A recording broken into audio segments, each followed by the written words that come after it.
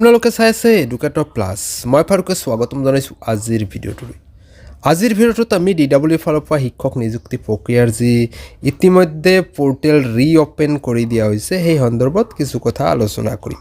আপোনালোক বহুতে জানিব বিচাৰিছিলে যে আচলতে এই যে পৰ্টেল ৰিঅপেন কৰি দিয়া হৈছে, এই পৰ্টেল ৰিঅপেন কৰি দিছে, তাতে আবেদন কৰিব কোনে বা কেনেকৈ, কিছুমানে কৈ আছে যে আমিতো এডিট কৰিব পৰা নাই। তো বন্ধুসকল, এই ভিডিঅ'ত সবিশেষ কথাখিনি জনাম, প্ৰথমৰ পৰা শেষলৈ ভিডিঅ'টো চাই যাব। তো ইয়াতে চাব, আমি যদি এই যে ৰিক্ৰুটমেণ্ট প্ৰচেছ যিটো আছে ইয়াতে ক্লিক কৰি দিয়াৰ লগে লগে আপোনালোকৰ সন্মুখত এপ্লিকেশ্যন কৰাৰ বাবে যিটো পৰ্টেল আছে বা ৱেবছাইট আছে সেইটো আপোনাৰ লিংকটো পাই যাব। আৰু লগতে আপোনালোকৰ এই যে এই ন'টিছটো যে আহিছিলে, এই ন'টিছটোত জৰিয়তেহে আপোনালোকক 3 পৰা 10 তাৰিখলৈকে আপোনালোকৰ পৰ্টেলটো পুনৰবাৰ খুলি দিয়া হৈছে এপ্লিকেশ্যনৰ বাবে, অনলি ফৰ লয়াৰ প্ৰাইমাৰী। যি বস্তুটো ইতিমধ্যে আপোনালোকে জানে যে আমি যদি আবেদন কৰিব যাওঁ তেনেহ'লে চাব আপোনালোকৰ সন্মুখত এনেকুৱা এটা লিংক আহি যাব। ইয়াতে এই যে আপোনাৰ লয়াৰ প্ৰাইমাৰী ক্লিক হেয়াৰ, ইয়াতে ক্লিক কৰিলেহে আপুনি আপোনাৰ যিটো এপ্লিকেশ্যন কৰাৰ সুবিধাটো পাব। ইয়াতে উল্লেখ কৰা হৈছে, ইয়াতে চাব 3 তাৰিখৰ পৰা ষ্টাৰ্ট হৈছে, 13 তাৰিখলৈকে চলিব আপোনালোকৰ আবেদন প্ৰক্ৰিয়া। লগতে যদি আপোনালোকে সহায় সহযোগিতা বা কিবা জানিব বিচাৰে তেনেহ'লে এই যে ইয়াতে আহি আপোনাৰ মেইল দিয়া হৈছে, ইমেইল ID দিয়া হৈছে আৰু 2টাকৈ কণ্টেক্ট নম্বৰ দিয়া হৈছে।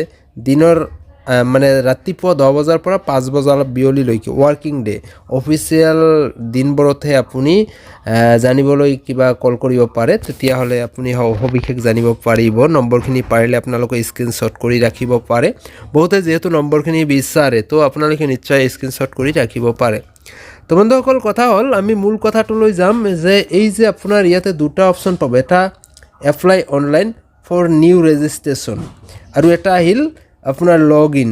যদি অলৰেডি আপুনি আবেদন কৰিছে তেনেহ'লে কিন্তু আপুনি এই লগ ইনত ক্লিক কৰিব, কিন্তু লগ ইনত ক্লিক কৰাৰ পিছত আপুনি এডিটিং কৰাৰ বাবে কোনো সুবিধা নাপাব, কাৰণ অলৰেডি এপ্লিকেশ্যন আপোনাৰ হৈছে, মানে আপোনাৰ এপ্লিকেশ্যন হৈ গ'ল, এইটো আপুনি এডিট কৰিব নোৱাৰিব। আৰু যদি আপুনি নতুনকৈ এপ্লিকেশ্যন কৰিব বিচাৰে তেনেহ'লে ইয়াতে নিউ ৰেজিষ্ট্ৰেশ্যন ক্লিক কৰি ৰেজিষ্টাৰ কৰি আপুনি আবেদন কৰিব লাগিব। তো এবাৰ কথা হ'ল যে এইখিনি কাৰ বাবে দিয়া হৈছে একচুৱেলি আপোনালোকে জানে, যিটো হ'ল যিসকল প্ৰাৰ্থীৰ HSত 50%তকৈ কম নম্বৰ আছিল, বিল' 50%, তো এই প্ৰাৰ্থীসকলৰ বাবে এই পৰ্টেল পুনৰবাৰ খুলি দিয়া হৈছে।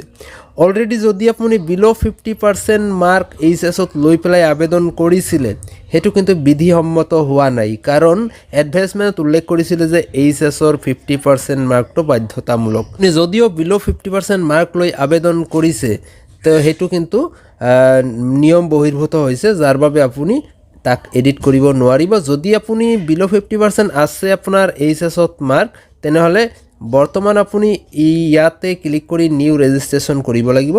ইয়াতে ক্লিক কৰি দি পেলাই আপুনি নিউ ৰেজিষ্ট্ৰেশ্যন কৰি তাৰপিছতহে আপুনি আপোনাৰ আবেদনটো কৰিব পাৰিব।